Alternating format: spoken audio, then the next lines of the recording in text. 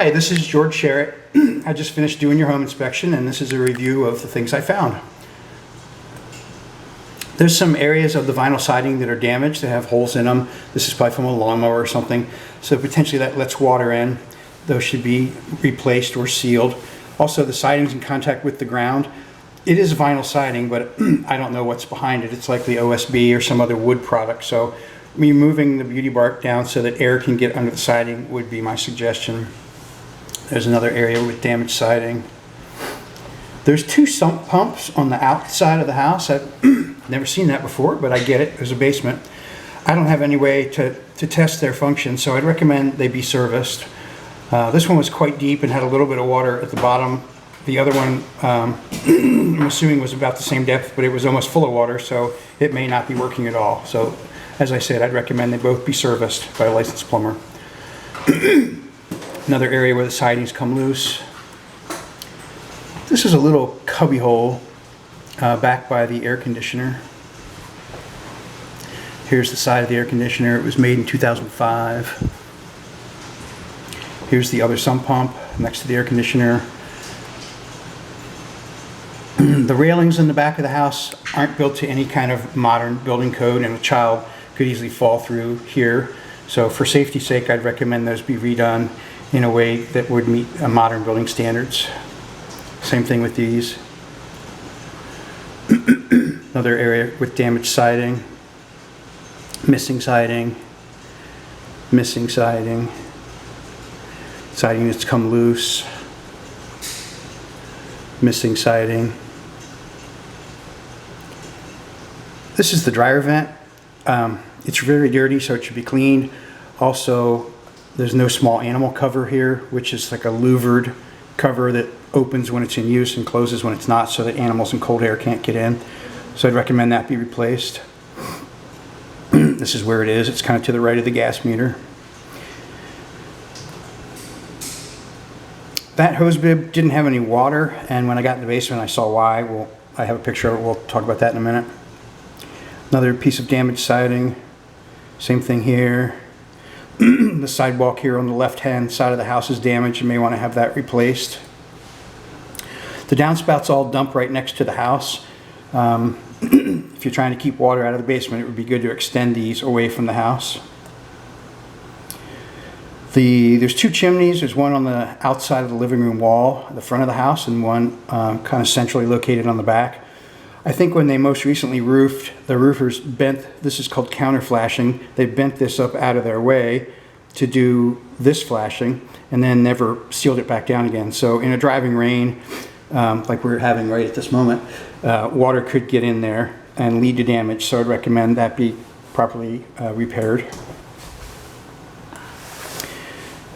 Chains aren't really considered a graspable handrail, so for safety it would be better if a graspable rail was installed on the front steps. The gutters have debris in them that can cause them to overflow and lead to damage, so I'd recommend they be cleaned. The chimney in the back of the house, the mortar has failed pretty badly in almost all the chimney above the roof line. Several bricks are loose and just sitting here, so I'd recommend a licensed mason look at that. This brick is loose and just sitting there. The counter flashing on this chimney is kind of a tar paper rolled roofing material, and it's not well sealed, so water can get down inside here and could lead to damage. So have a licensed mason or a chimney contractor fix that. The cap, this is a cap, this is a metal flue cap, but this is also called the cap, and it's a mortar cap, and it's badly broken and missing in quite a few places. So that's letting water down inside the chimney, which can lead to additional damage. So have a licensed mason fix that. The alternative would be, it's a shame they didn't do it when they put this new roof on, but it'd be easy to take this chimney apart and down below the roof line and just run a metal flue for the furnace, because that's the only thing that uses this gas flue up through the roof. So that would be an alternative to a mason. Masons tend to be pretty proud of their work and expensive. There's a horizontal crack in the foundation here. It doesn't seem very large. I don't think it's significant. It's likely been there a long, long time. See if I got it better. Okay, so this explains why there was no water at the hose bib. This copper pipe goes through the wall to that hose bib, then it comes down, and there's a faucet here. So you could run a hose, say, from here to here and have water to the outside. So if you really want a hose bib there, have a licensed plumber do a proper hose bib setup for you. That's a terrible picture. It's kind of a moot point. So the hot water heater, the sellers had turned off because they said it had a pinhole in it. There were no earthquake straps. So while we've been here, they've delivered a brand new hot water heater, which they're going to have installed today. Hopefully they're going to put earthquake straps on it. The tank that's being taken out is leased from Puget Sound Energy, so again, that's a moot point. There's no current service tags on the furnace. I opened it up, took the panels off, looked inside. I was able to run the blower motor. Everything appears to be okay, except that the gas to the house is turned off, and that gets turned on tomorrow.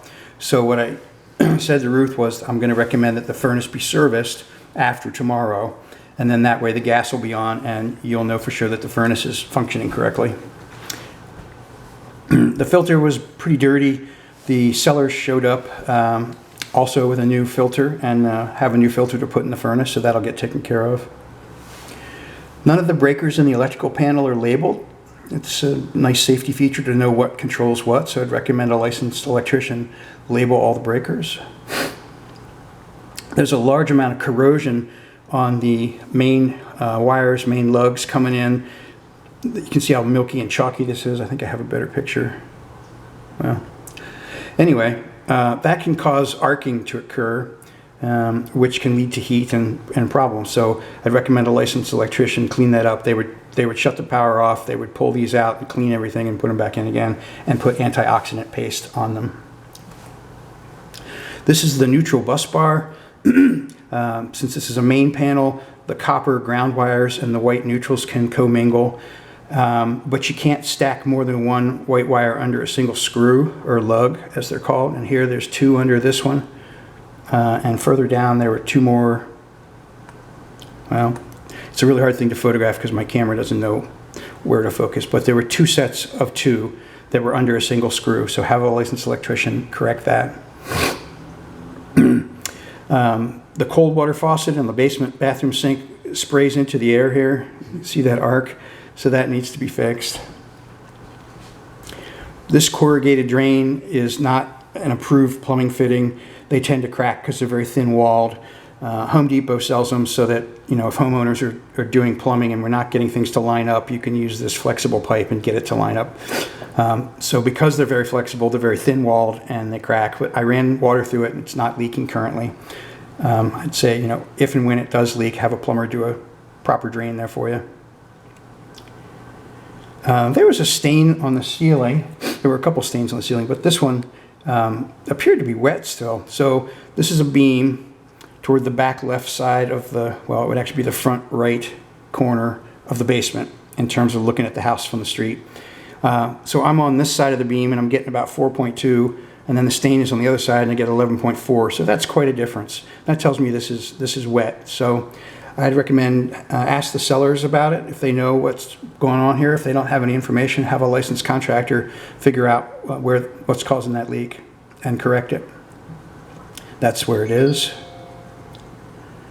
You have a mixture of 2-prong and 3-prong outlets in the house. So some of the outlets are ungrounded. All the ones that are 2-prong obviously are ungrounded. Those are in the basement. Here's another one. This is in a closet in one of the rooms in the basement. This white material on the heat duct here likely contains asbestos. So if you were going to have it, you know, tampered with or removed, you'd want to have it tested to make sure whether or not it contained asbestos and then treat it appropriately. That's that same corrugated drain. The shower wasn't functional, just so you know. The furnace flue goes into the chimney here, and then it's open right into the basement, so right here. So gases from the flue of the furnace can escape into the basement and into the house, so I'd recommend this be properly sealed. Now I'm in the kitchen. The fan above the stove, which is part of the microwave, just blows into the house. It's on an exterior wall, so it wouldn't have been that hard to vent to the outside. It's also a single-story house with an attic, so it could have been vented up through. I don't understand why anyone would engineer this. If you burn something, it's just going to blow it back into the room. Also, the point of those fans, in my opinion, is to take moisture out of the house as you boil and cook things. So I would recommend that be vented to the outside. The dishwasher plug and the garbage disposal plug weren't connected. I never know why things aren't connected. In this case, there is no outlet here. They haven't finished that. But I wouldn't have plugged it in anyway because it could be not completely installed and then I damage it. So recommend that these appliances be completely installed and verified they work before closing. There's your dishwasher. This heat supply vent in the kitchen just blows shut, and there's no way to leave it open. When the fan blower motor is running, actually it pushes a baffle in there hard against this grill and won't let any air through, so that should be changed so it can be opened. This was me with my infrared thermometer showing that there's no heat, so we figured out that the gas was turned off. It only runs the furnace, so they're going to turn the gas on tomorrow.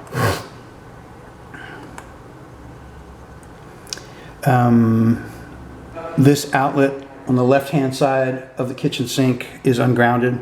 It is GFCI protected, so that adds another layer, and it's acceptable to do that. But it's always safest to have grounded outlets with GFCIs where there's water. This is in the back right bedroom. You see this little F here. This shows that it's a false ground. So this outlet's not grounded, but someone's probably taken a little piece of wire and pigtailed from the neutral screw to the ground screw. If you had a cheap tester with the little lights, it would show you it was grounded, but this is a $300 and some tester, and it tells me that it's not.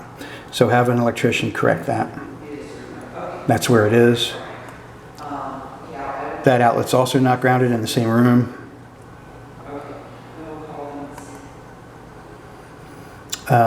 This pull chain light in the closet of the same bedroom, the back right bedroom, didn't function. The bulb might be bad. This is in the hall bathroom. The toilet's really loose on the floor. Actually, I correct that. They came and fixed that while we were here, so that's fine. That won't be in my report. The sink drain was leaking, and they have fixed that as well. There was no hot water, but it was because it was turned off. That's going to get fixed. There's a carbon monoxide alarm, like the state requires. This closet light fixture is lacking a bulb. I'd recommend a bulb be installed. If that doesn't produce light, have an electrician correct it. This is looking up the living room. Fireplace flue. It's relatively clean. I don't see a lot of creosote there. There's the front of the fireplace. The glass doors came off in my hand when I went to go close them, so they may need an adjustment. This is the lid for the access into the attic. It should be insulated. That's not a very good shot. There's insulation in the attic, but it's very minimal. It's probably about 3 inches, maybe, R9 or 10, something like that. Since it appears that the knob and tube wiring has all been cut and disconnected and replaced with modern wire, that it would be a good candidate for additional insulation. The fact that a few of the outlets aren't grounded makes me wonder if they're still fed by knob and tube. I don't take the walls apart or take outlets apart, but it'd be good to have an electrician do that before it's insulated. And then we're back out front. After you read my report, and if you watch this and you have questions, you're welcome to call me. And your sewer scope was fabulous. It was one of the easiest sewer scopes I've ever done. There's a clean out in the basement right about here against this wall, and it was just a straight shot out to the city main. So it was in very good condition. All right, thanks for your business.